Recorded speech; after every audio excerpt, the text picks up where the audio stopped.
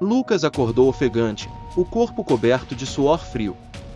O pesadelo parecia tão real que seus olhos demoraram a se ajustar ao escuro do quarto. Na escuridão, ele ainda podia ouvir o eco do choro de uma criança, distante, mas insistente. Sempre a mesma cena, uma floresta densa e escura, onde ele vagava sem rumo, guiado apenas pelo som de uma criança pedindo ajuda.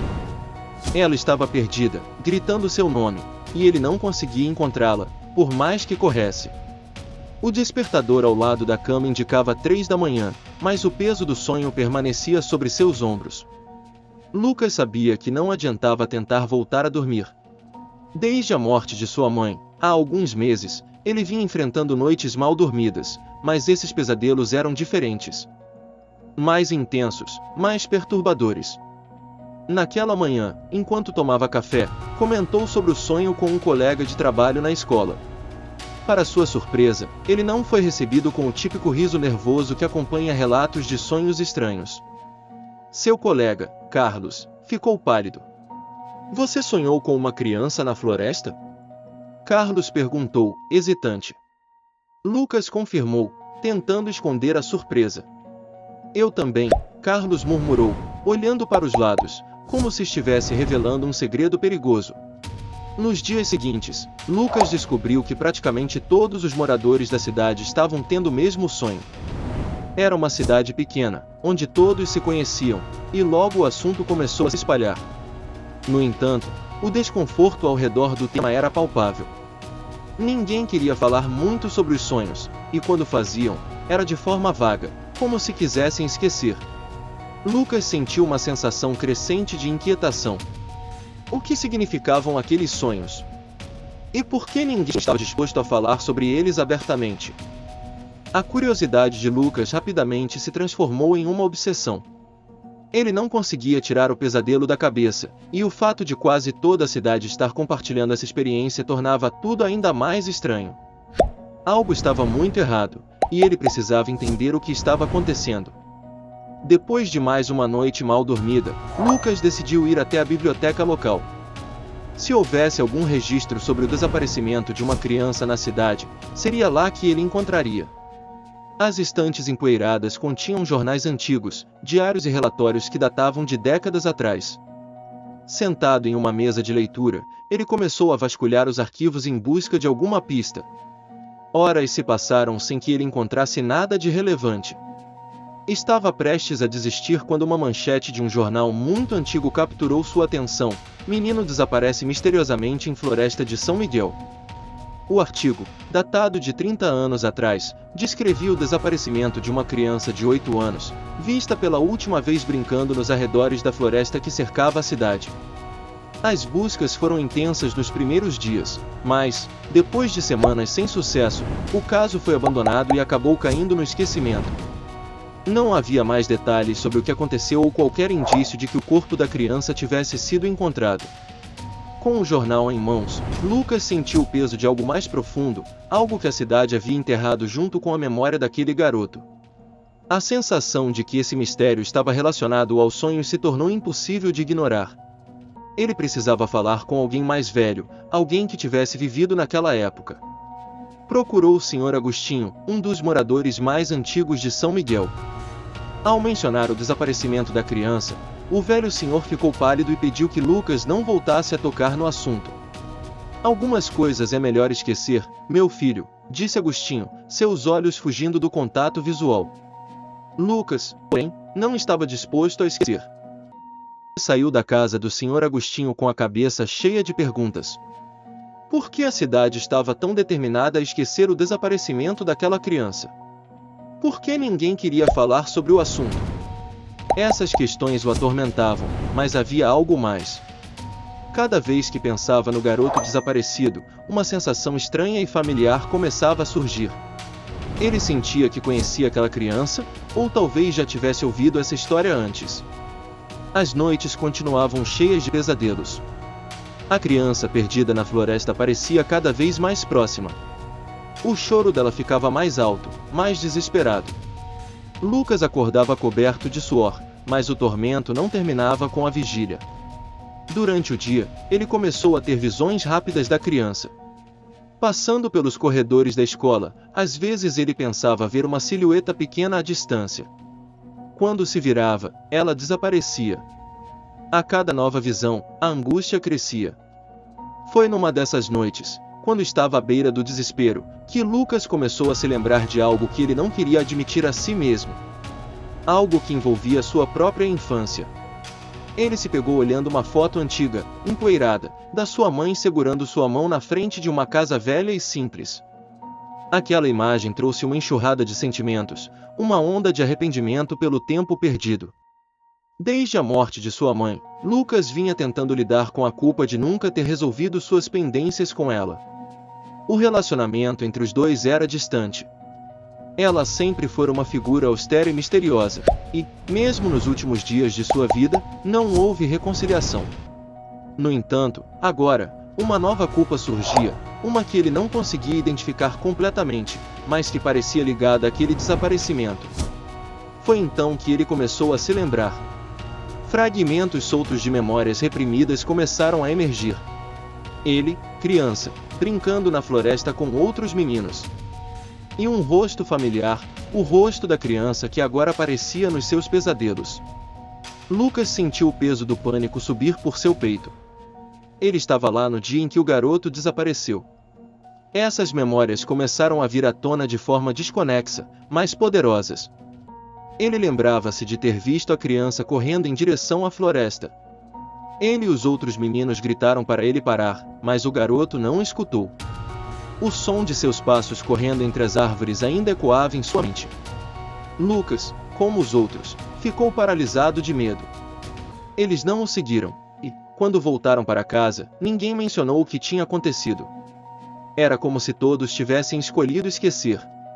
Agora, a culpa se instalava profundamente em sua mente. A criança nos seus sonhos não estava apenas perdida.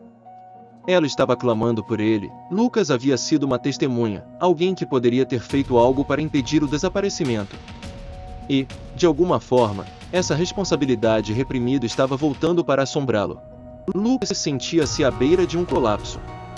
As memórias reprimidas agora borbulhavam de forma incontrolável. Cada vez que fechava os olhos, ele via a criança correndo na direção da floresta, o som de seus passos sumindo entre as árvores. Como ele havia bloqueado algo assim por tanto tempo? E por que a cidade inteira parecia ter escolhido esquecer? Determinou-se a confrontar os mais velhos da cidade, certo de que eles sabiam mais do que diziam. Seu primeiro destino foi o Sr. Agostinho novamente, mas dessa vez, Lucas estava preparado para não aceitar evasivas.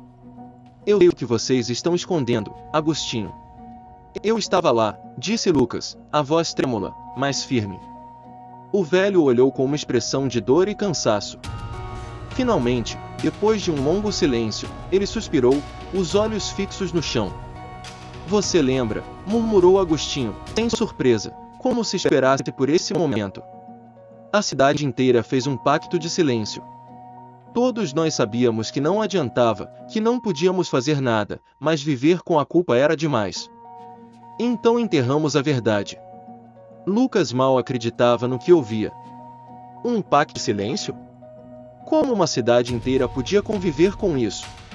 Agostinho começou a explicar, lentamente, como o desaparecimento da criança havia causado um choque tão grande que, em vez de lidar com a dor, as famílias decidiram esquecer. Foi algo decidido em reuniões não ditas, conversas sussurradas entre os mais influentes. Com o tempo, as lembranças foram sendo apagadas, e o desaparecimento foi tratado como uma tragédia sem explicação. Mas o que aconteceu com o garoto? Lucas perguntou, a voz rouca. Ele nunca foi encontrado, respondeu Agostinho, os olhos cheios de tristeza. As buscas duraram semanas, mas depois de um tempo as pessoas desistiram. Achamos que ele morreu na floresta. E ao invés de enfrentarmos isso, escolhemos esquecer. Mas, parece que ele não esqueceu de nós. Lucas sentiu o peso dessas palavras. A criança nos sonhos não estava apenas perdida, ela estava esquecida, abandonada por aqueles que deveriam ter se importado. O espírito do garoto havia ficado preso entre o mundo dos vivos e dos mortos, assombrando a cidade, clamando por justiça. A culpa pesava nos ombros de Lucas de forma insuportável. E agora entendia que o pesadelo coletivo era uma manifestação da culpa reprimida de todos, mas, principalmente, da sua própria. Ele havia estado lá, tinha visto o garoto desaparecer e, como os outros, não fez nada. Agostinho o olhou com severidade. Se você quer acabar com isso, terá que lembrar. Terá que fazer todos lembrar. Ou a cidade nunca será livre desse fardo. Lucas sentiu um calafrio atravessar seu corpo. Ele sabia o que precisava fazer, mas não tinha certeza se estava preparado para encarar as consequências de trazer a verdade à tona. A decisão de Lucas pesava sobre ele como uma nuvem escura. Ele sabia que trazer a verdade à tona poderia libertar o espírito da criança, mas, ao mesmo tempo, forçaria todos na cidade a encarar uma culpa enterrada há décadas. Lucas se preparou para enfrentar o que seria, talvez, o momento mais difícil de sua vida. No dia seguinte, ele convocou uma reunião na pequena praça central de São Miguel. Aos poucos, os moradores começaram a se reunir, intrigados com a urgência do chamado. Os mais velhos, como Agostinho, pareciam desconfiados, enquanto os mais jovens eram simplesmente curiosos. Ninguém sabia ao certo o que esperar. Quando a praça estava cheia o suficiente, Lucas subiu no pequeno palco improvisado. Ele respirou fundo e começou a falar. Todos nós temos tido os mesmos sonhos. Uma criança perdida, sozinha na floresta, pedindo por ajuda. Lucas começou, a voz firme, mas carregada de emoção. Esse sonho não é uma coincidência. Não é apenas fruto da nossa imaginação. Ele é um chamado. Os rostos dos moradores começaram a se contorcer em desconforto, principalmente os mais velhos, que já pareciam saber aonde ele queria chegar. 30 anos atrás, uma criança desapareceu aqui, em São Miguel. Ele foi esquecido por todos nós. Nós o deixamos desaparecer e, em vez de enfrentarmos o que aconteceu, escolhemos enterrar essa memória. Nós o abandonamos. Um murmúrio percorreu a multidão, e o silêncio pesado que se seguiu foi quase insuportável. Os olhares de culpa começaram a surgir nos rostos daqueles que tinham vivido aquela época. Mas ele nunca nos deixou, continuou Lucas, sua voz agora mais forte. Ele está aqui, nos nossos sonhos, porque quer que lembremos. Quer que enfrentemos a verdade. O peso da revelação caiu sobre a praça como uma onda avassaladora. Alguns moradores começaram a chorar, outros abaixaram a cabeça em silêncio. A dor e a culpa, reprimidas por tantos anos, emergiram com força. De repente, o vento soprou pela praça, e Lucas sentiu um alívio estranho. Algo mudou no ar, como se o espírito da criança finalmente tivesse sido libertado. Ele sabia que a cidade nunca mais seria a mesma, mas pelo menos agora poderiam tentar reconstruir suas vidas. Lucas olhou para o horizonte, ainda sentindo uma presença, um vestígio da culpa que o atormentara por tanto tempo.